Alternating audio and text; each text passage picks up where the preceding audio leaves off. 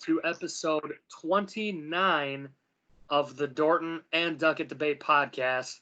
I am Lucas Dorton. I am joined by Nick Doetkott, who just bought a skull cap and potentially might be wearing it on the podcast next week. Nick, how are you doing?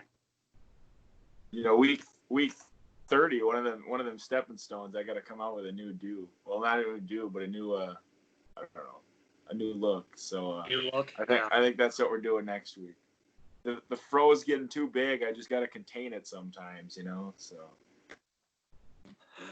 Yeah, I feel that. I think it's kind of cool to look back on each week and my hair progression. Bigger it's gotten.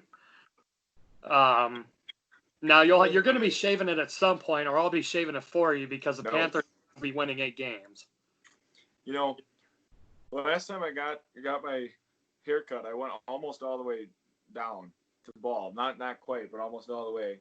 And I said I was going to go a year without a haircut. Well, I'm almost there. I'm like 2 or 3 weeks away. But at this point, I'm just committed. I'm just going to keep it going for a while now.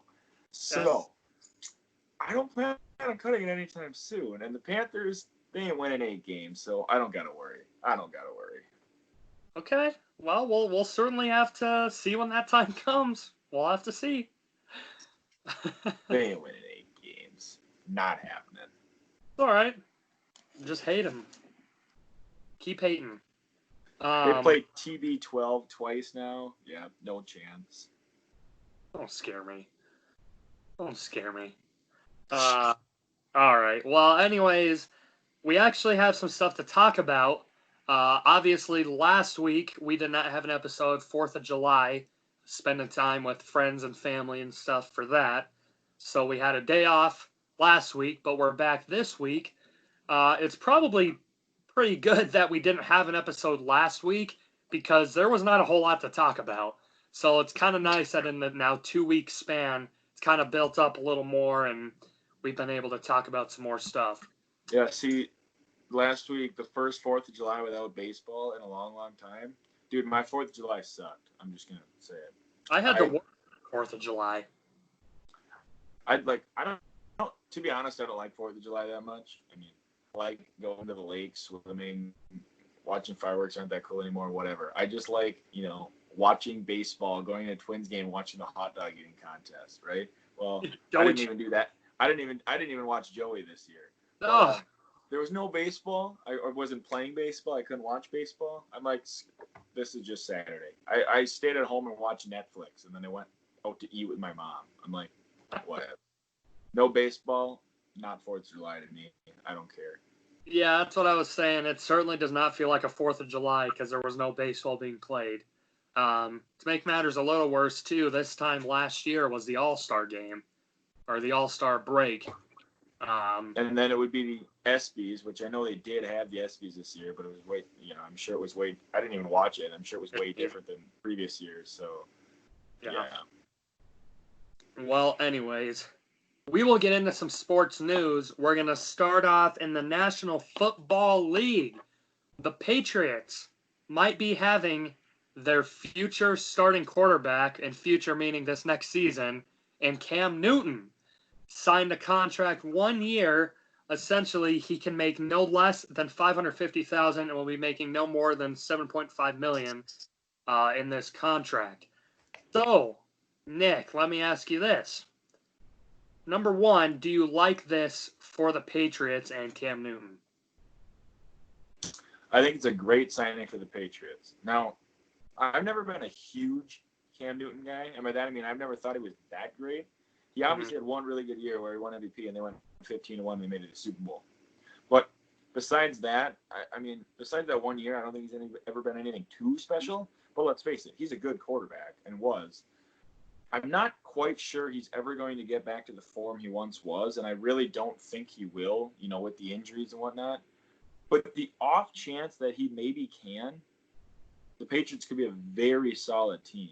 And even with him, the way he is now, he's probably going to be better than what Stidham would have been.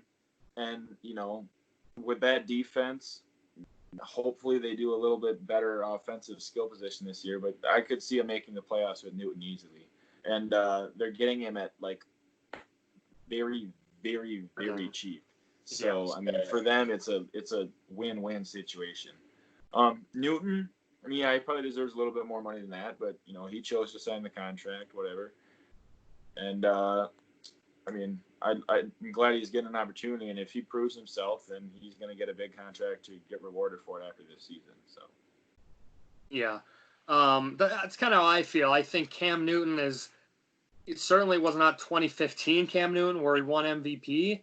Now, he is a couple years removed from having a pretty solid season before he got hurt again. But I think for both sides, this is extremely solid. For the Patriots, they get a veteran quarterback, a guy that has had a lot of success in the NFL, has been to a Super Bowl, obviously didn't win, but has playoff and Super Bowl experience. And the Patriots are hopefully getting that mobile big arm guy that Cam Newton is so used to being in his career.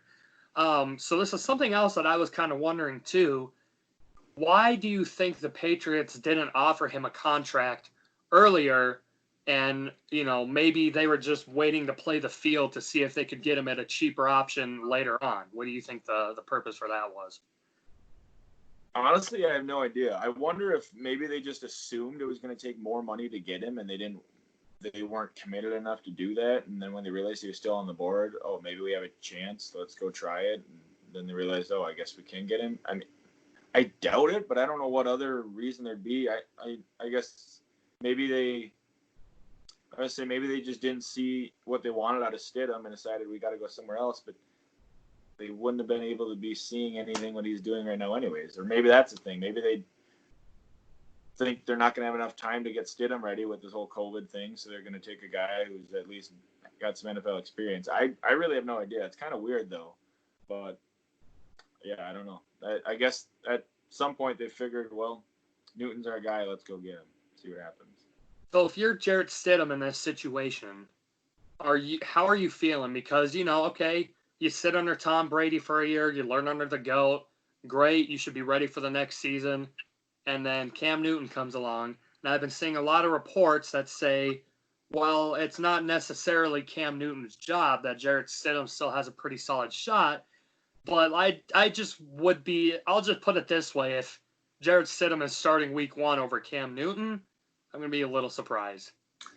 Jarrett Stidham is not starting week 1 if Cam Newton's out. There's no way. If I'm Jarrett Stidham, I mean, yeah, I'm disappointed, but dude, you're Jarrett Stidham. Nobody even knows who the heck you are, and you're getting paid a bunch of money to play on an NFL team. So I don't really care. To be honest, I had no idea who Jarrett Stidham was until about 6 months ago. I'll be completely honest with you. Where did he go to college? Auburn or something like that? I'm not sure. Yeah, I had no idea who he was. So you probably shouldn't be starting the NFL. So just be happy with where you're at. And if I'm if I'm the New England Patriots, let's look at it this way, okay? You get Cam Newton at a huge discount. I mean, I don't think that's a bad deal. I think for a 31-year-old injury-prone quarterback, I mean, realistically, how much money do you think he should get? I mean, I don't know if, whatever the contract details was, I think I would have given him a little more. But like you said, he signed the deal, so obviously he can't complain. If that's what he was given and that's what he wanted, he signed it and he did. But if I'm Jarrett Stidham too, like, okay, well, I learned under Tom Brady for a year, and if I lose this job to Cam Newton, then I get to learn under another former MVP and a guy that's had success in the league for another year or two. Mm-hmm. So I'm interested to see how that whole thing shakes out. Like I said, I think Cam Newton will be the starter week 1. I would be very surprised if he is not. But this kind of is interesting to think, because I would be led to assume that this is Cam Newton's only year in New England.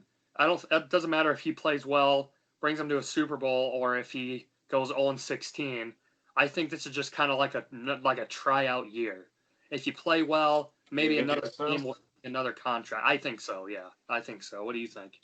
Well, I'm guessing you're saying that because let's just say he does do really well, then a lot of teams are going to have interest and want him, and then he's going to get all sorts of offers. But right. one of those teams probably would be New England too. And if he ends up liking it there, I think he would go back. So I think there's a chance if he does well this year. I actually expect him to be in New England for more. We'll see. Yeah, it'll be interesting to see. I know a lot of people kind of were sold on Stidham starting this year. Patriots not doing well, then they get Trevor Lawrence next year. Obviously, I don't know if that's the plan anymore, but we'll have to see what happens. But anyways, Cam Newton to the Patriots. So we can move on from that. David Njoku has asked for a trade from the Cleveland Browns. This one I was a little surprised just because obviously he's been hurt a lot.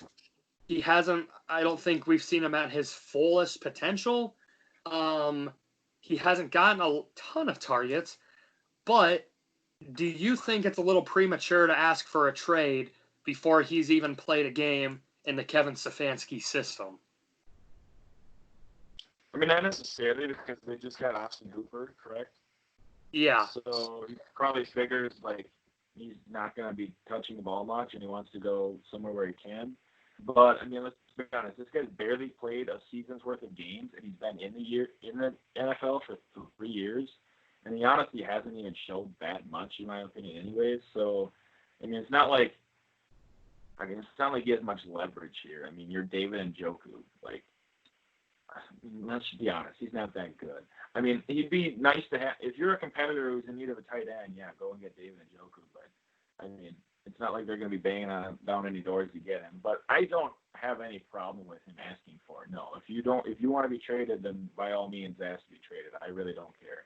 I mean, and they just got Austin. Like I said, they got Austin Hooper, so that shows what they think about Njoku. So I don't have any problem with him asking for a trade. No, but I mean, I can't see anybody banging down the Browns' doors looking for Njoku either. Yeah, I'll be interested to see. Personally, I think it'd be cool if he stayed there. Have Austin Hooper probably be the number one, but I think Njoku has solid potential. But like we've said, he can't stay healthy, so we don't know what his true potential is because he hasn't really been on the field a whole lot. So if he were to stay there, maybe have a solid 2 tight end set, could have some success. But like you mentioned, Hooper's probably going to be the main guy. I think Njoku can have success, but maybe he should just kind of start over, go to a new team, start fresh, see what comes of it. Maybe he'll turn his career around. But you got to stay on the field if you want to get those reps, and so far he hasn't really been able to stay on the field. So another trade request, Raheem Mostert from the 49ers, he wants out. That one was a little surprising to me because they had running backs that were able to have success. It seems like whichever one they threw in last year was getting 150, 200 yards a game. Mostert was kind of the lead horse for that, trail end of the year into the playoffs as well, too. And he wants out. So I'm interested to see what was the reason behind this. But Mr. Duckett, if you are Raheem Mostert, why are you requesting a trade? Well, I'm pretty sure when I was reading up on it when I was watching ESPN hearing about it, I'm pretty sure it was a contract dispute like all the other ones. It sounds like they're not really agreeing on terms. Sounds like he wants more than they're willing to give him, and I'm guessing it's because they have Coleman and all sorts of other guys there too. I mean, they still have McKinnon, who hasn't even played a game for him yet. And Mostert, I believe it said, was number 1 in the NFL last year in yards per touch or something like that. So, I mean, he thinks he's got good value, and he wants to go somewhere where they believe in him as well. So once again, I mean, if you want to be traded, whatever. It's a business by all means. I don't have a problem with people asking for trades. And honestly, it's not going to happen. But if I were the Vikings, I'd offer the Niners Dalvin Cook for Mostert and a pick. Oh yeah? Yes, because Dalvin Cook doesn't deserve the money he wants. We've already discussed this with me and my thinking of running backs. But if Mostert's going to want a bunch too, then I guess don't trade for him. But right now, that sounds like a really good deal for the Vikings, I would say. I'd be down for that. I'm a little intrigued to see what comes of this. I probably was one of those things where Mostert's like, you know what, let's look at the stats. Last season, I was kind of your main guy. especially the tail end of the year. I was balling for you guys, brought you to a Super Bowl. If I'm the 49ers, number one, if it is a contract dispute, whatever amount of money he's asking for, I mean, I don't think it's probably within reason, just because he's only really had that one solid season. It's not like he's been a consistent, 8, 9, 1,000-yard rusher in his whole career. I mean, the guy's been on 4 or 5 practice squads the last few years. So yeah, you had a good season with the 49ers, but do it again. Go back to the 49ers, prove you can do the same thing you did last year, maybe even a little bit better this next season. Okay, sure. Then we'll talk about maybe a bigger contract extension. But I think a lot of that is probably, I don't want to say getting in his head, because, he played well and he certainly deserves something. But if he's asking for a lot more than what the 49ers want, then maybe you trade him. Trade him to see what you can get for him. I hope he does well. I don't know if he will. Again, it's hard to tell with those one-year wonder, running backs or players in general. How do they do the next season?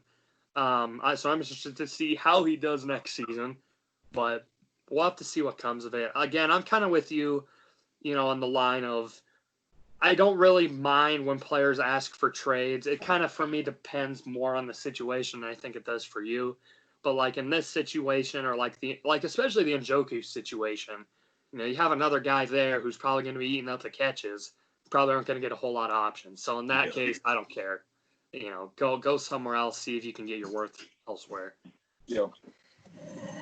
But so that is that. Antonio Brown, Mr. Duckett. Are we going to be seeing an Antonio Brown NFL reunion this season?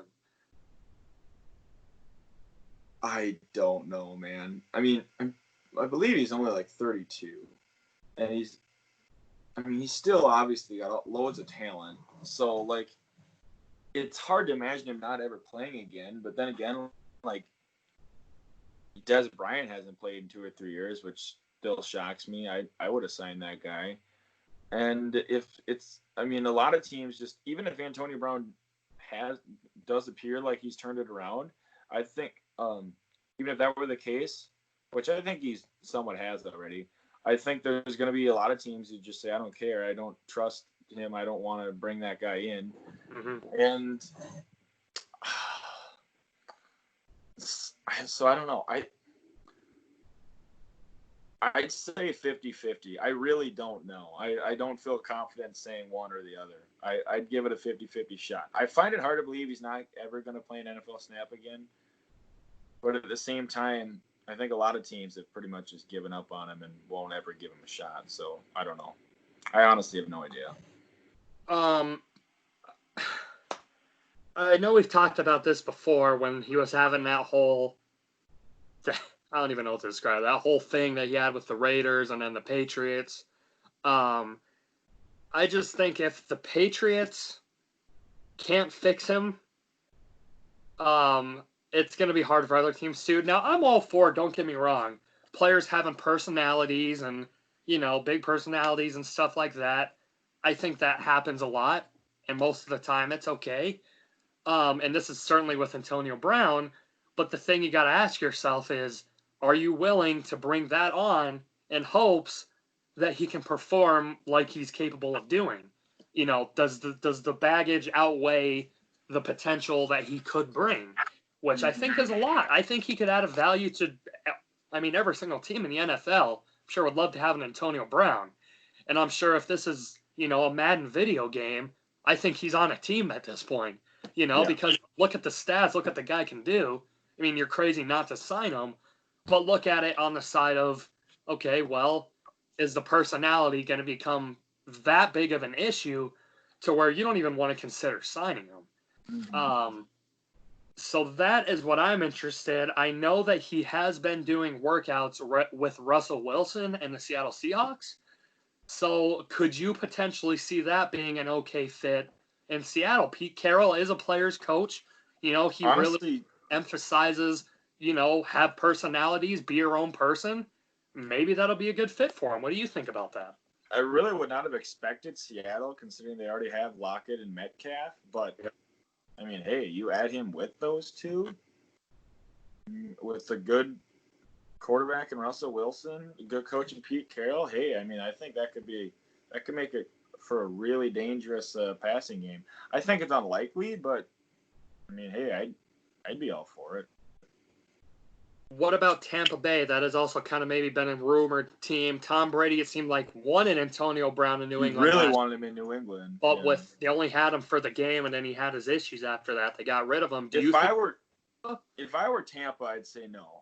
I personally would, in most cases, sign Antonio Brown. Like the Vikings, I'd be totally fine if they got him, just because we just lost Diggs. You know, we're going to need wide receiver help. And I'm willing to. I believe in second chances. I believe in third and fourth chances. You know, and I'm willing to take a chance on the guy. I mean, yeah, it's a little risky, but it's depending on what the money is, it's not that much of a risk. But if you're Tampa, you already have Godwin and Evans.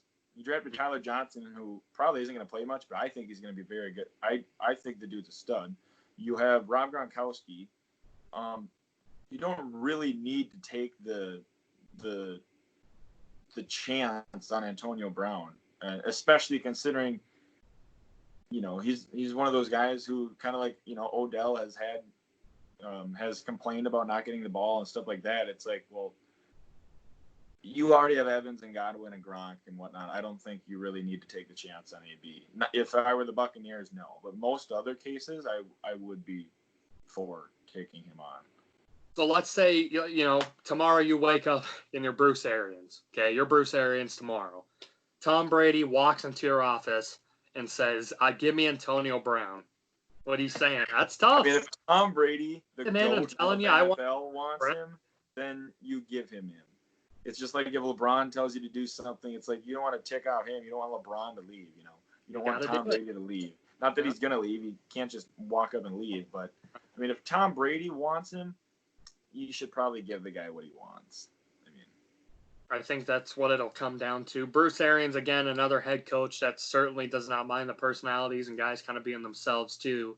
That'll be interesting. We'll have to keep following that. From what I've heard, is that Antonio Brown has kind of cooled off a little bit. He hasn't been as eccentric as we're used to seeing him. But we have also heard that before in Oakland, well, Las Vegas, and look how that turned out. New England, you know, look how that turned out.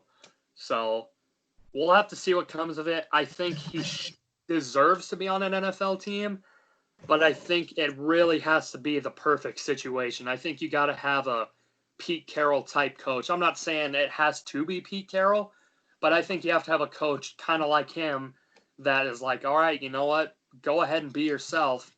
But once Sunday comes, I expect you to put out your best. Yeah. So we'll have to see how that comes. So I want to circle back because that kind of made me think of something with Cam Newton now. Cam Newton, also a very big personality. We all know that. New England Patriots, not a very big personality team. They're kind of the chip on the shoulder, the keep your mouth shut, go out there and do your job type thing.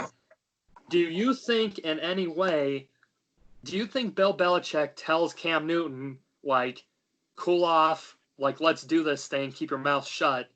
Or do you think he's like, you know what, go ahead and be yourself, but, you know, you better be ready to play because I don't mind getting rid of you? I guess in that aspect, do you think it would fit? I mean, I don't think Newton's ever really been much of a problem on the field. No, I was more saying, like... So, I think as long as he takes care of business on the field, I don't think Bill's really going to care. I mean, We'll see. It's not like, obviously Brady wasn't this big ultra drama queen personality causing problems, but it's not like Brady was, you know, a mute either. I mean, right. He is the quarterback's the leader of your team. You're going to want him talkative. So, I mean, unless he's seriously causing a distraction or having an outburst on the field, I don't think it'll be an issue. But we'll see. I mean, Belichick, you don't want to mess around with Bill. Right, you don't. And that's kind of what I think. I don't think he's gonna have any off the field issues. The guy hasn't in his whole career. I guess the culture is a little different. You know, Carolina, he was able to be himself there. because that's, the Panthers were Cam Newton, so Cam Newton's obviously going to do what Cam Newton And wants. honestly, I never had much of a problem with Newton. I've No. never thought it was that big of it. Me either. And I like Odell Beckham Jr., but clearly Odell Beckham Jr. has had his issues and he's created problems and whatnot, just like AB has. I don't think Cam Newton's anywhere on that level. I really don't. No, not at all. Not at all. So, well, we'll have to see how that goes. I just figured I'd see what you'd say. So there is only going to be 2 preseason games, supposedly, and now they're talking about maybe just completely eliminating the preseason altogether. So, Mr. Duckett, what is your opinion on NFL preseason? That's fine by me. If they want to cut the games, that's fine by me. We all think differently of this whole COVID thing, whatever. I'm a little loose on it, but let's just, for instance, clearly people, it's spreading, and I hope the MLB and NBA, which we'll get to that, I hope those seasons continue and all the way through. But there's obviously going to be people who get sick, and then they got to miss weeks here and there. And in football, you're only playing 16 games. If you have to miss 2 weeks because of COVID, that's a big deal. That's an 8-year season. So why even play the preseason games to put them at risk so they might miss week 1 or 2? I don't really see the point of it. Maybe I could see one game, because you don't just want to not play football for a whole year and then all of a sudden, boom, you're hitting people full speed, again. So maybe one game or 2, but I'm totally fine with not having 4. The last thing I want is people to get COVID in a preseason game and then they can't play week 1 or 2. Right. I'm with you. I don't think you need a lot of preseason games. These guys are professionals. They've been doing it. So I don't think they need that conditioning, let's get back out there and see what happens type thing, because they're going to be ready. I think it's more for the rookies and for the guys trying to make the team to just see what they can happen, get some depth. So I don't think you completely abandon it. I think, at the very least, I think the 2 preseason games is fine, because you do need that evaluation. You do need that, you need that type of, those weeks to see what can happen, what can come from it. Can roster spots be won? Can positions be won? Because not every position is for sure this guy's going to, this guy's going to have it. You got to win it sometimes. So I do think that you do need a couple. So I'm okay with keeping it at 2. Anything more than that is just kind of silly. You don't really need more than 2 preseason games, but you don't completely abandon it either, because you do need that kind of developmental. Let's see where this guy's at. Let's see what can happen. As far as the starters go, I know you don't need to throw them at all. Colin Cowherd brought up a point, which was basically the LA Rams 2 years ago, the whole preseason, they didn't start any of their starters, and they started off the year 8-0 and went to the Super Bowl. So I don't think it's that necessarily for guys who have spots won already, but I don't know. We'll have to see. But that is that. So Patrick Mahomes hopefully can be buying us a lot of podcasting equipment and funding our podcast. We can sponsor him even too if we want to, because this man has a lot of money. Should I put a few more lots on there, because this guy has a lot? He's got a lot.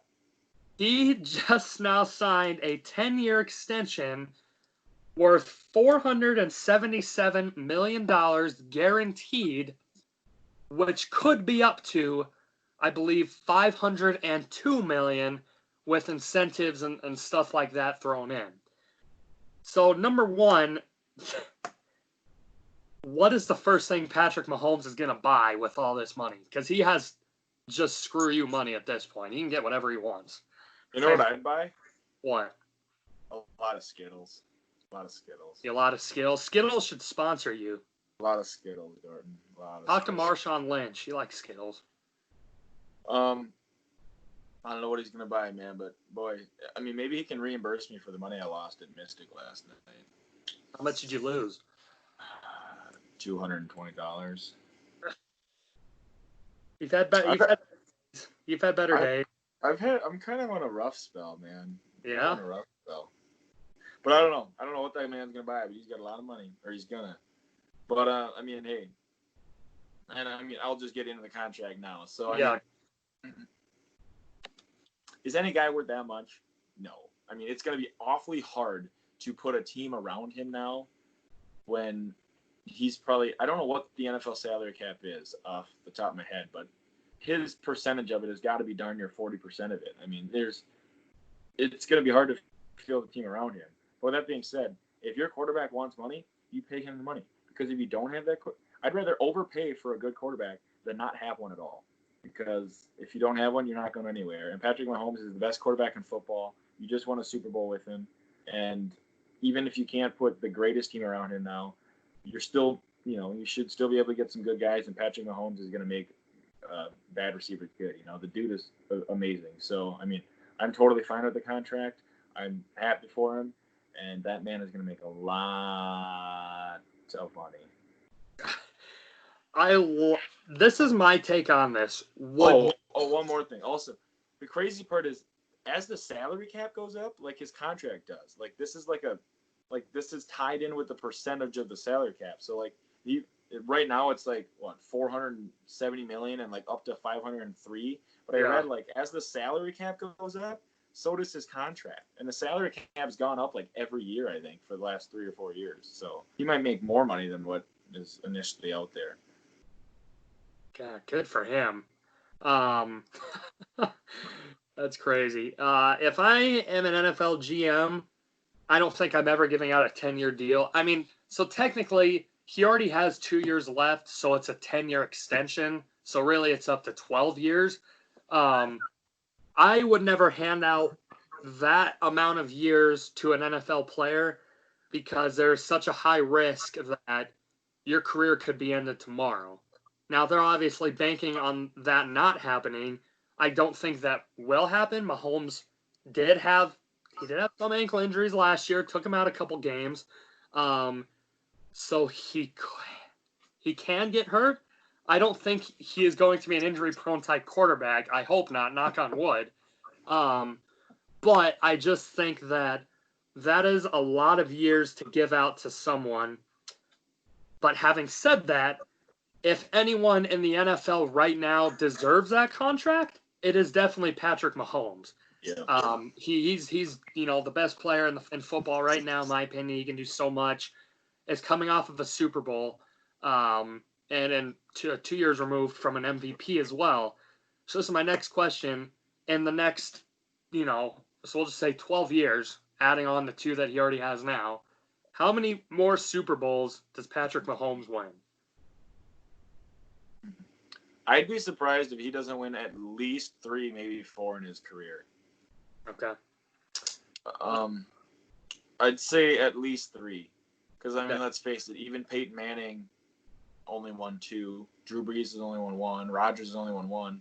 I mean, of all the all-time great Marino didn't even win 1. Of all the all-time greats, the only ones who didn't even win 3, off the top of my head, are Montana and Brady. Well, and Bradshaw. But, like, of the upper echelon quarterbacks, I mean, even Favre did.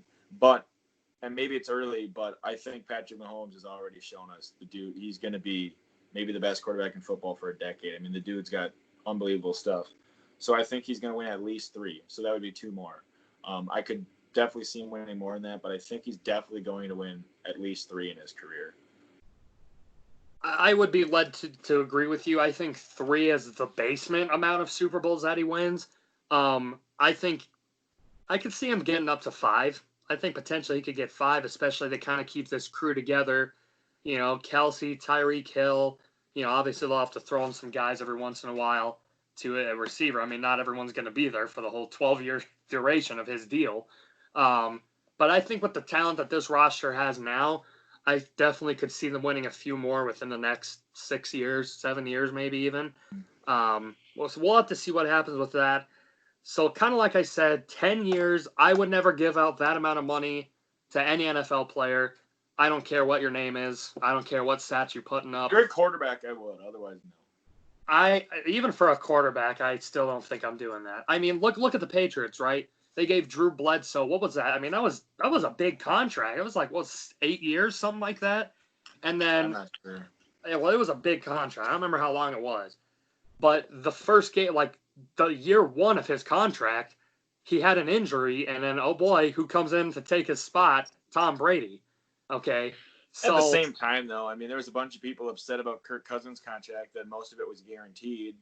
And I was telling people, like, yo, the dude's never missed a game in his career, I don't think. And he hasn't missed one for the Vikings. So, I mean, I totally get your point. I'm not saying I totally understand.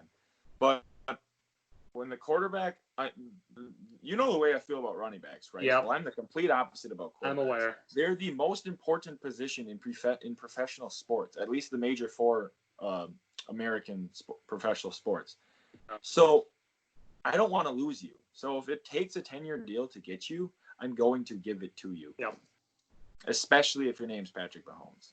I don't think Patrick Mahomes was going to leave, though. That's my thing. Like, I don't think No, and I get that. 10 years, but, you know? I mean, what happens if they gave him the same amount per year for 5 years, and then he's done with that, and then he just wants more after that? I mean, so. Yeah, I mean, that's fair. I mean, I don't know. I personally would do it, but I totally understand where you're coming from. Yeah. It'll be interesting. I don't know the total details, but I know a lot's guaranteed, but sometimes guaranteed doesn't actually mean like guaranteed. You know, like Antonio Brown's was guaranteed and he didn't hardly get any of it. So I'm guessing there's something in this contract where Mahomes, sorry to put this bluntly, but let's just say Mahomes dies in a car crash 2 years from now. Granted, I mean, he wouldn't get the money anyways. He'd go to somebody else. But I don't think the Chiefs would be in $450 million of debt. I don't think they'd owe him all that. You know, if he breaks his leg next year and can never play football again, I'm guessing he's not getting $400 million. But I could be wrong. It'll be interesting to see. So, like I said, I think Mahomes, if anyone is worth it right now, it is Patrick Mahomes. We'll have to see how that happens. I just think that's a lot of money and a lot of commitment in a sport where careers can be ended like that. So we'll have to see what comes of it. I'm predicting, like you, I think you'll have a lot of success, and I'm sure that this contract will be 100% worth it. But you never know. We'll have to see what comes of that. So there's been some quarterback switcheroos going around in the NFL. I'm not sure if you knew that or not, Nick, but there are new quarterbacks on new teams. So we're going to do a fun little game, and we're going to go through only 4 of the guys who we believe are going to be starting next season. We're going to go through their schedule, who they play each game, and kind of predict a record for how we think they are going to finish next season. So let me pull up the first schedule. So essentially the teams that we are going to be doing, or the players, is Tom Brady and the Tampa Bay Buccaneers, Teddy Bridgewater and the Panthers, Cam Newton and the New England Patriots, and then there's the fourth player I'm not thinking of, but I will. We got Newton, Rivers, Brady. Yes, Phillip Rivers is the last guy. So we will get into that. So we'll just start with your boy, the GOAT, Tom Brady. Week 1 starts off a tough one at New Orleans Saints. Yeah, that's a dub. We'll see how long it can hold up. Okay, so I don't know. At New Orleans, I don't know. First game, yeah, they're gonna win. They're gonna win. Yeah, okay. I'm gonna say they're gonna take an L. I think going to New Orleans is going to be a tough first match. Not saying Tom Brady can't handle it. I mean, the guy's the GOAT for a reason.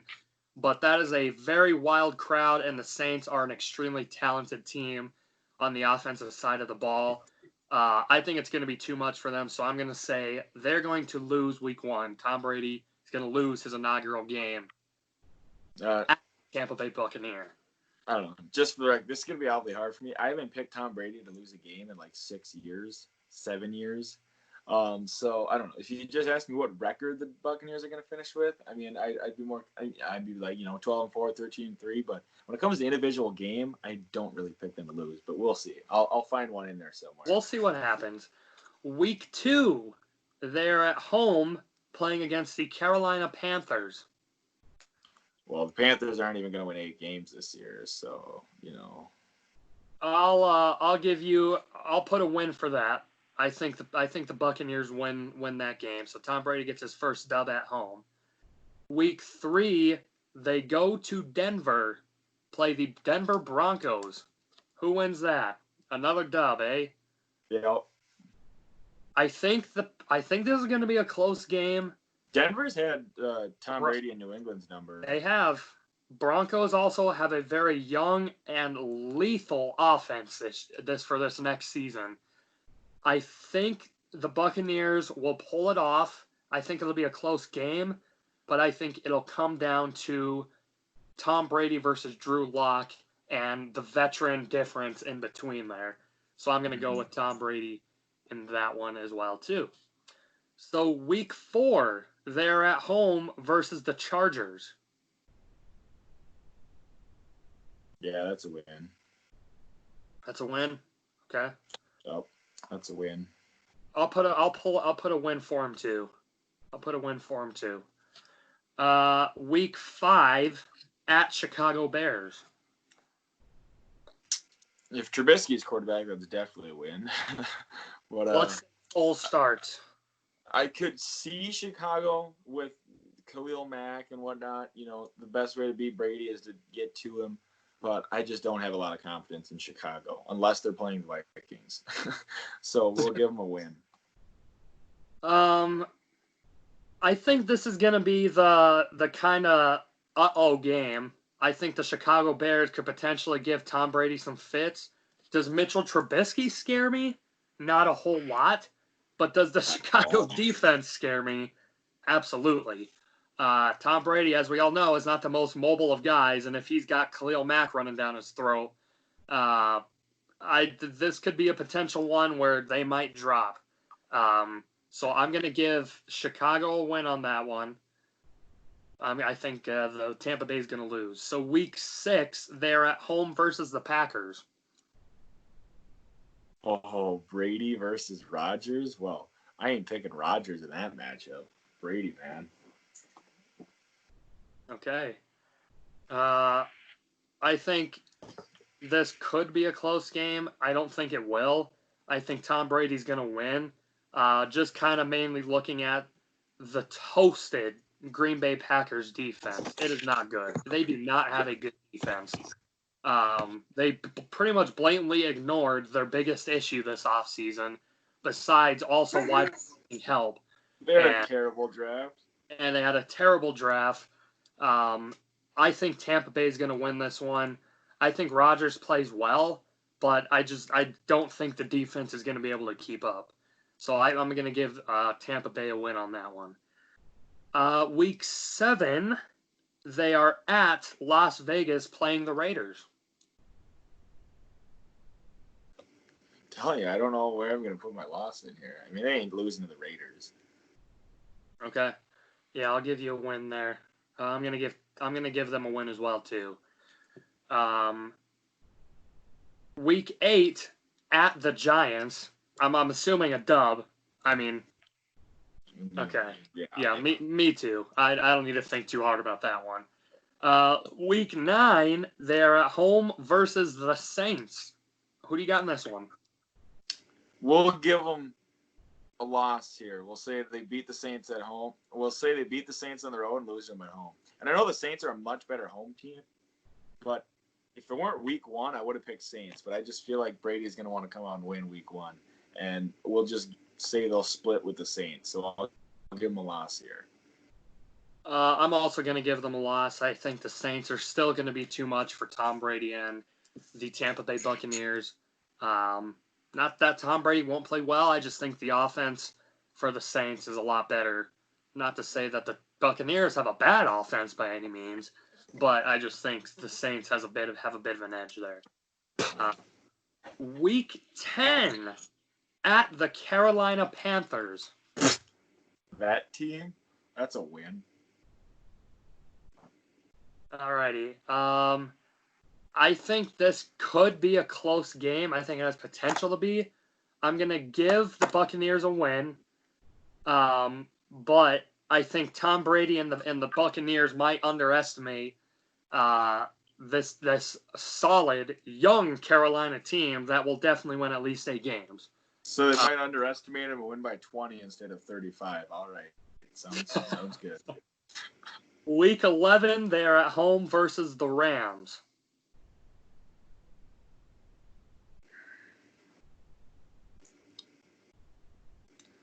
Losing 2 home games, I'm not sure, but the Rams' passing attack at times is lethal. That's the one thing that the Buccaneers really struggle against.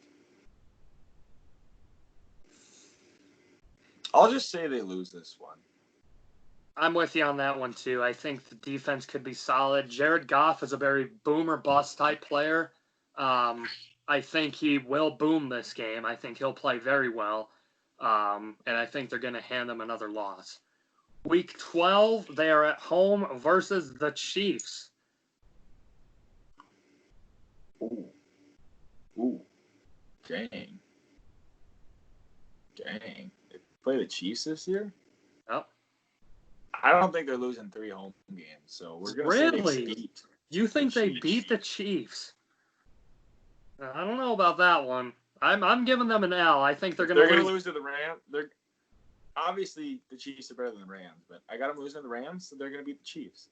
I'm just trying to fill in 3 losses anywhere here, and I don't want to take the obvious choice. I don't think they're going to lose 2 of them in a row. I think the Rams surprise them, and then they're going to say, we need to get this one. We can't lose a 3rd home game. We're going to beat Patty Mahomes and the Chiefs. Okay, I'll take your word for it. By the way, I think that's going to be Super Bowl preview right there. Well, that would be an exciting Super Bowl. Week 14 at home versus the Vikings. Unfortunately, that's a win. Yeah, I agree with you. I think. Yeah, I don't know. I could see it being a very sloppy game, not a lot of points scored, but I think at the end Tom Brady might come out on top. If the Vikings can't run the football, they can't win. And the Buccaneers' rush defense was really good last year. And I don't think we've ever beat Brady. So I think it's unlikely. But I do think the Vikings are going to be a lot better than people think. I mean, I don't think we're going to be some 12-14, but I could see us winning. But I'm fairly confident in picking Tampa in that one. Week 15, they're at the Falcons. Win. I agree. I think it's a close game up until half, but I think the Buccaneers pull away. Week 16, they are at Detroit. Detroit in week 16? Yeah, that's a win. Yeah, I agree with you there. And week 17, they play the Falcons at home. If I say win, they're at 14-2. They ain't going 14-2, but I guess we'll give them a win. There's no way they win all 8 road games, but I don't know. Their road schedule's pretty easy. I think they lose this one. Actually, yeah. Brady might not be playing. Let's give him a loss. There we go. Yeah, you're going to give them a loss. There it is. Yep, let's just give them a loss. Alrighty, so what? All right, so you went 13. They're going to go 13-3. That boy. And let's see, 1, 2, 3, 4, 5, 6. I have them going 10-6. Let's see how they. Well, I'll keep this sheet for when we see at the end of the season how they finish. Okay, so let me go to the Indianapolis Colts. Okay, let's see here. Let me go to the Colts schedule. All right, let's get past preseason. Okay, week 1. They are at Jacksonville. Ooh, I don't know. Maybe I have to take that. I think you're sleeping on the Colts this year. Dude, Phillip Rivers is trash. I'm sorry. I like Phillip Rivers, but the dude just throws up duck farts that get in. Yes, but the last couple seasons, he's not had an offensive line with the Chargers.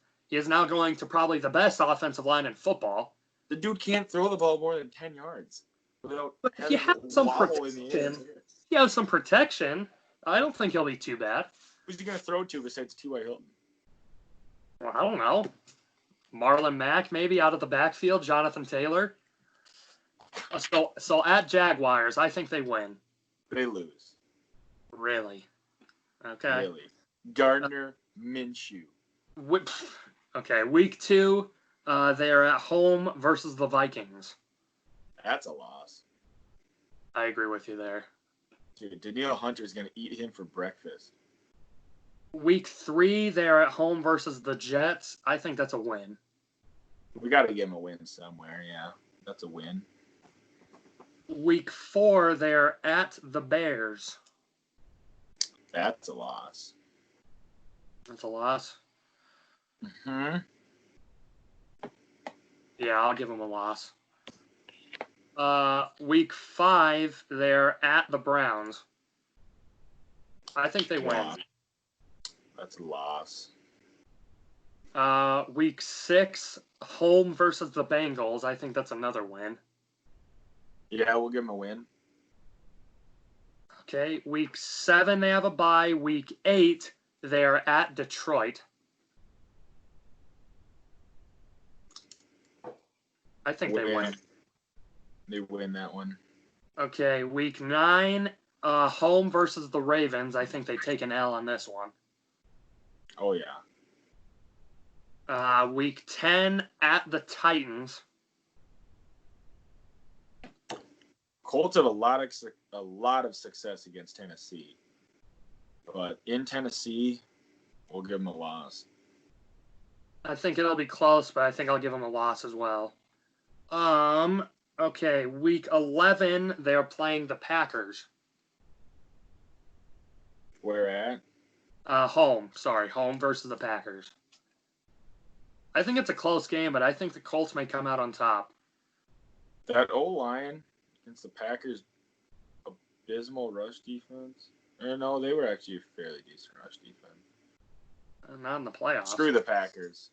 Colts. Yeah, I like it. W. All right, week 12, home versus the Titans. I'll give them one win against Tennessee. They have a lot of success against Tennessee. I will too. Week 13, they are at the Texans. Loss. I think they do too. Week 14, they are at the Las Vegas Raiders. Loss. Think they. All right, week 15, home versus the Texans. Loss. Yeah, I agree. Week 16, they are at the Steelers. We'll give them a win in that one. I'm going to give them a win too. And week 17, they play the Jaguars. I think they win. They win. Alrighty, so let's see. So you have them 1, 2, 3, 4, 5, 6, 7, 8, 9. You have them, what, 7 and 9? Yeah. Sounds about right. 1, 2, 3, 4, 5, 6 and 10, 7 and 9. Somewhere around there. I have them 9 and 7. Okay. Next team. We'll just do my boys. Panthers.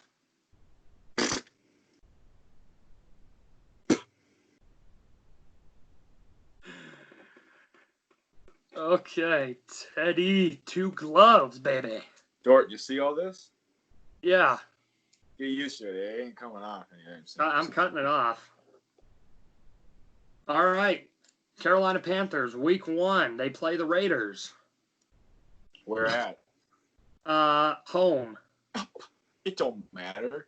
I actually will give them a win right away with Teddy 2 gloves. The Panthers love starting off strong just to prove that indeed, and then they will lose eventually.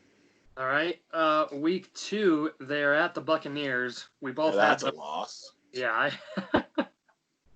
I have them losing as well. Week 3, they're at the Chargers. I think they win. I do not. Really? Okay. Yes, really. Week Week 4, they're at home versus the Cardinals. Really? Another L? Dude, the Cardinals are going to be good. I don't know. That offensive line doesn't sell me too much. They got D-Hop, Larry Fitz, Kenyon Drake, and Kyler Murray. I'll give Carolina the L on this one. Week 5, they're at Christian McCaffrey will have like 44 fantasy points in that game, and the Panthers will lose. Yeah, okay.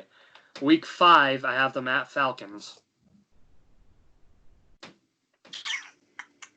I think Since it's on the road, we'll say they lose. Week 6, they're at home versus the Bears. Win. I agree. Week 7, they go to New Orleans, play the Saints. I think that's an L. Week 8, they're at home versus the Falcons. I think they get a win here. We'll give them a win. Week 9, at the Chiefs. That's an L. Yeah, that's an L. It's a big old fat L. Week 10, they're at home versus the Buccaneers. Yeah, that's an L. I agree. Week 11, they play Detroit. I think Carolina wins. Where at? In Carolina.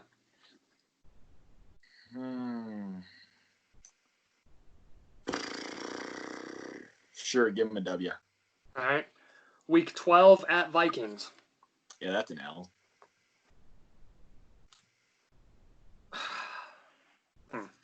Don't you dare.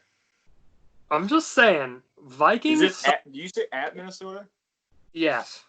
They don't lose that. I'm just saying, the Vikings sometimes have fits against those not very good teams at times. Sometimes they don't play well. I'm gonna buy every ticket in that stadium just to make that as loud as can be, just to ensure that I don't have to cut my hair off. So they're gonna lose, the Panthers. Okay. I'm gonna give them a win. I think Vikings underestimate them. Week so they 4. underestimate them and win by 7 instead of 20. That's fine by me. Okay. Week 14, they play the Broncos. Where at? In Carolina.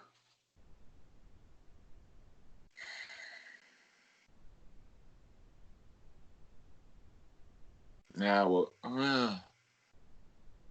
Broncos couldn't stop the run to save their life. They cannot.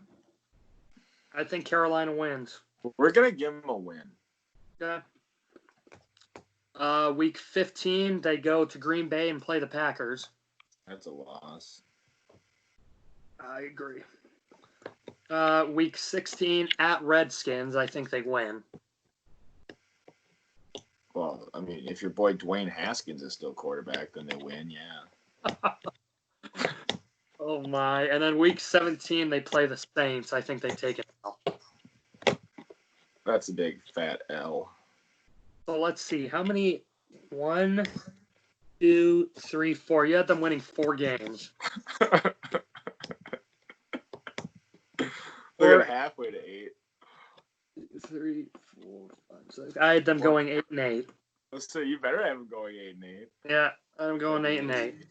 Okay, and then the final team, the New England Patriots and Cam Newton. So let us see who we got here. Okay, so regular I have no idea where I'm going with this. Season, week 1, they play the Dolphins at home. Win. I think so too. Week 2 at Seattle. That's a loss. Yep. Week 3, they play Raiders at home. That's a tough one. I honestly think the Raiders could be decent. I'm not a huge believer in Derek Carr, but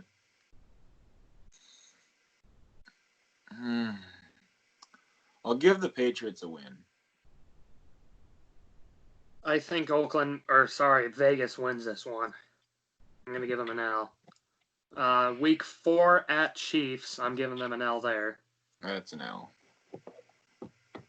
Week 5 versus the Broncos.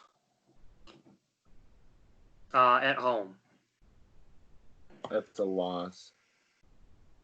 Denver's got New England's number. Yeah, I'm gonna do that as well too. Week 6 they have a bye. Week 7 they play the 49ers at home. That's a loss. I agree.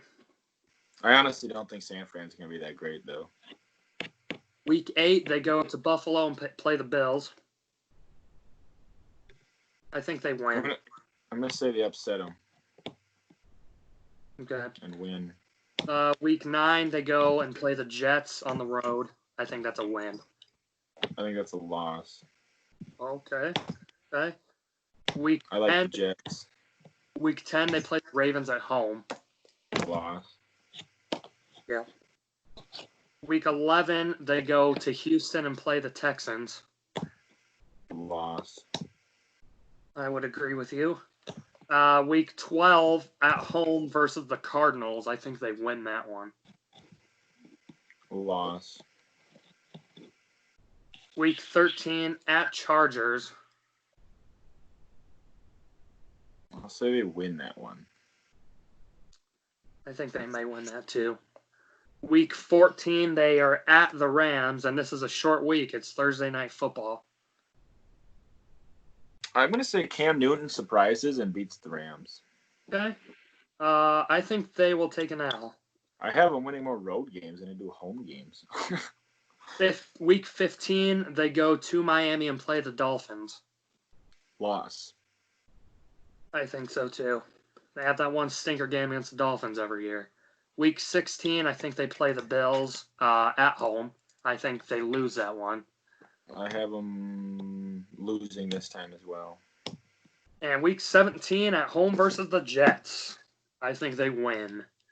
I think the Jets are going to beat them twice. Wow. Alrighty, so 1, 2, 3, 4, 5. So you have them going 5 and 11. 1, 2, 3, 4, 5, 6. I have them going 6 and 10. I do think they'll probably finish better than 5 and 11, but when I did it, that's how it worked out. But I think they'll probably win more than 5. Okay. Yeah. Alrighty, well, we'll keep that for the drafts later and see what happens, see who's the closest. So we will move on now to the NBA, A couple signings, J.R. Smith to the Lakers, Jamal Crawford to the Nets. Out of both of those guys, who will have the bigger impact for their team? Jamal Crawford, because he's, I think, more needed than JR is. Especially considering it sounds like Brooklyn might be missing, like, Dinwiddie. Their whole team. Yeah. So I think Jamal Crawford's crucial. J.R. Smith will help. I mean, they'll give the Lakers more three-point shooting, which they don't have all that much of. But I think Jamal Crawford's definitely the bigger signing. I would agree. I think J.R. Smith may be the better player, but as far as who has more of an impact, I think it's definitely going to be Jamal Crawford. The Lakers are a very guard-heavy team. They have a lot of guards. I think J.R. Smith will play well, but like you mentioned, with Kyrie not playing, with obviously Kevin Durant not playing, DeAndre Jordan not playing, potentially Dinwiddie not playing, I think Jamal Crawford is going to be asked on heavily to do something solid for this team. Mm-hmm. So I think he will have more of an impact. However, I just think it's kind of funny how J.R. Smith keeps following LeBron around. Everywhere he goes, there's J.R. Smith. I would have thought that after that whole that whole debacle in the NBA Finals that LeBron wouldn't want to play with J.R. Smith. But he is playing with him again with the Lakers. Obviously, he wanted him there. So that'll be interesting to see how that happens.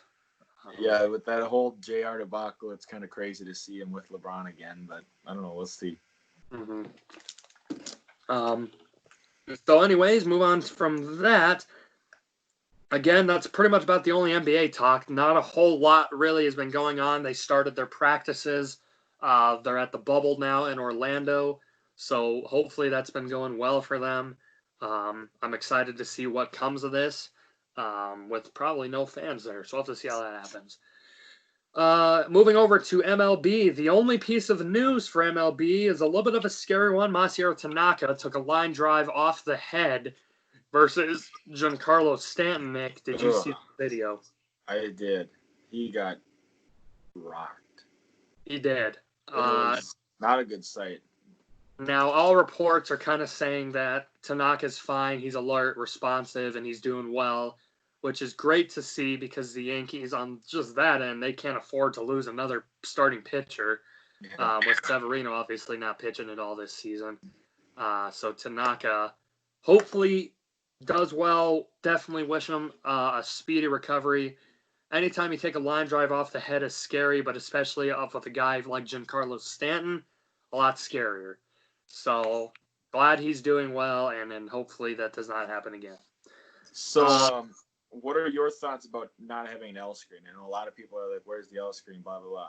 And I'm not really sure where I lie. At one point, it's like, well, if you have an L screen, this ain't gonna happen. But at the same time, you pitch 200 innings of live baseball every year, and you normally don't get a liner to the head either. And I mean, if you want live pitching, that's how you're going to get live pitching. So I don't know. What's your thoughts? I think if you're having live games, live at bats, typically you don't have an L screen, like you mentioned. You don't have an L screen during the season when you're playing people. So why would you have one now? Just kind of a freak thing that doesn't happen too often. So they didn't have an L screen. I think a lot of it too is pitcher preference. You know, I've known guys that prefer to do live games with an L screen. But most people would say that no, if you're doing a live game, don't even have an L screen, which I kind of agree with too. Was it a live game or was it just a simulated like live pitching? Well, it was like, I'm pretty sure it was a scrimmage, if I'm not mistaken, just an inter squad one, I think. I mean, I could be wrong, but I'm not sure. But anyways, so move on to the NHL. Again, not a whole lot of new news besides the fact that the schedule was released. It did come out now.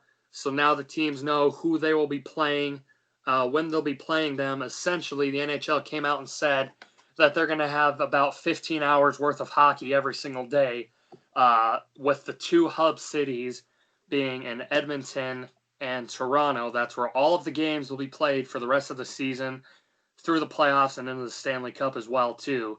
So Canada. It'll be interesting to see how that works out. Obviously, full days of hockey to watch. I'm certainly not complaining. As far as how the players feel about it, I'm not sure. But I personally thought maybe they would have had more hub cities that they would have used besides just the Edmonton and Toronto. But maybe those were the best two options, and so they just decided to make work from there. Yeah, it seems like you do more than two, but if talking about the two, I suppose picking Canadian cities are probably good. I don't think COVID's been as bad there as it has been in the U.S. here. And, you know, Canada's known for hockey anyways, so, I mean, why not? Yeah. I mean, obviously, I'm not sure what they're going to be doing as far as fans and stuff go. So that'll be interesting to see. But, again, ton of hockey every single day. Sign me up. I'm down. And we'll move on to our final topics, to some college sports. The Ivy League ruled out playing any sports this fall, so there will be no Ivy League athletics this fall.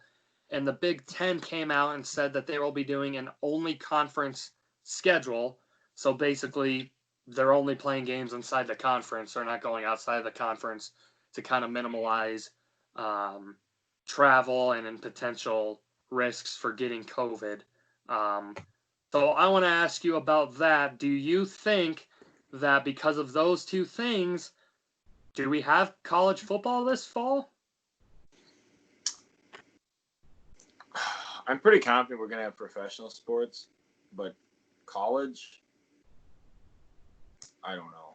And especially, if it comes down to should we or shouldn't we, I could see some people being, well, the schedules are already different, blah, blah, blah. Let's just say no. So I don't know. I really don't know. I hope so, but I don't know. But my thoughts on it, I'm not a huge fan of the Ivy League saying no sports. I mean, obviously, sports are not number one at Ivy League schools. I mean, technically, academics are first everywhere. But, I mean, Ivy's obviously known for the academics. But still, it's like some of these kids, yeah, they're going to Harvard and Yale for, obviously probably educational reasons. But they still want to play sports if they're there to play sports. And now they can't even do that. I mean, I'm not a big fan of that. And then the Big Ten, I don't really get the whole non-conference games.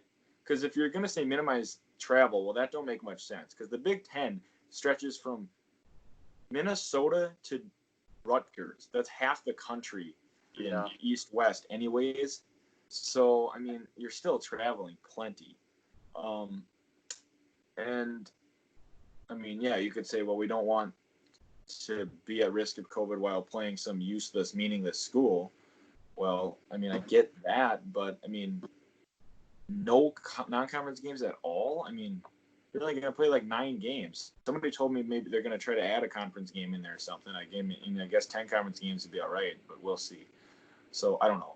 If you're going to me, it's like either cancel them all or don't cancel any. Yeah. But I don't know. I hope we have it. I really do. I really, really want to go to the Gophers and Iowa game. But even if we do have a season, we'll see I'm not sure if there's going to be fans. So I think it's unlikely, but I don't know. I'm just hoping and praying we got a season, but we'll see.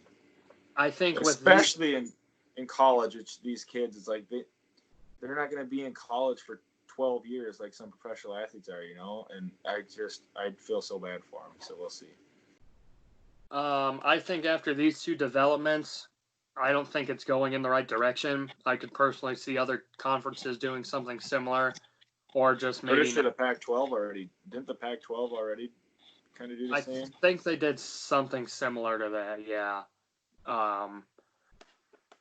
I like I said, I really hope college football is being played. I would love to watch college football being played, but again, as far as the distancing thing, that's one of the biggest contact sports out there.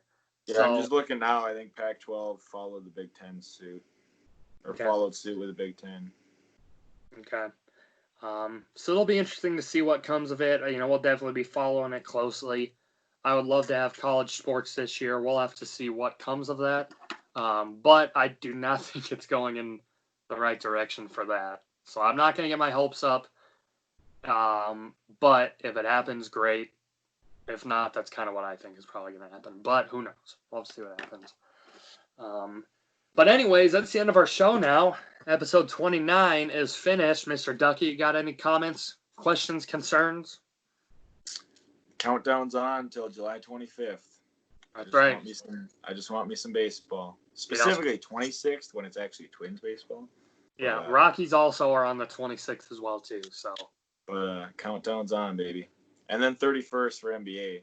Yep. And I'm going to be pumped for that, too, because the Lakers, have a good chance to win it all. But I tell you what, I miss Twins baseball so much.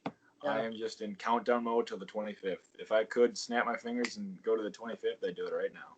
I agree. I'm with you 100% on that one. But anyways, thank you for listening to episode 29. Greatly appreciate it. If you want to follow us on social media, you can follow our personal Twitter handles, myself at Lucas_Dorton, capital L, capital D. If you want to follow Nick at Doetkott, whatever's easier for you to type in the old Twitter handle there. And then if you want to follow our podcast, you can follow that at DND_podcast, capital D's, capital P for that. Be sure to share this podcast with friends, family, spread the word out there. Hit the subscribe button, would greatly appreciate it. And if you or a friend or somebody you know would like to be on the show sometime, let us know. We would love to have you on there, get some fresh faces, so I'm not just looking at Nick's afro the entire time. But anyways, we certainly would love to have you on for sure. It's a very nice afro, but I'll look at something else every once in a while. I'll be expecting a full cap next week. You can look at this Cinnamon Toast Crunch face instead. Yeah, I like it. Looks good to me. But anyways, folks, thank you for listening and watching episode 29. And that is all we have. Until next time, for Nick and I, we are out.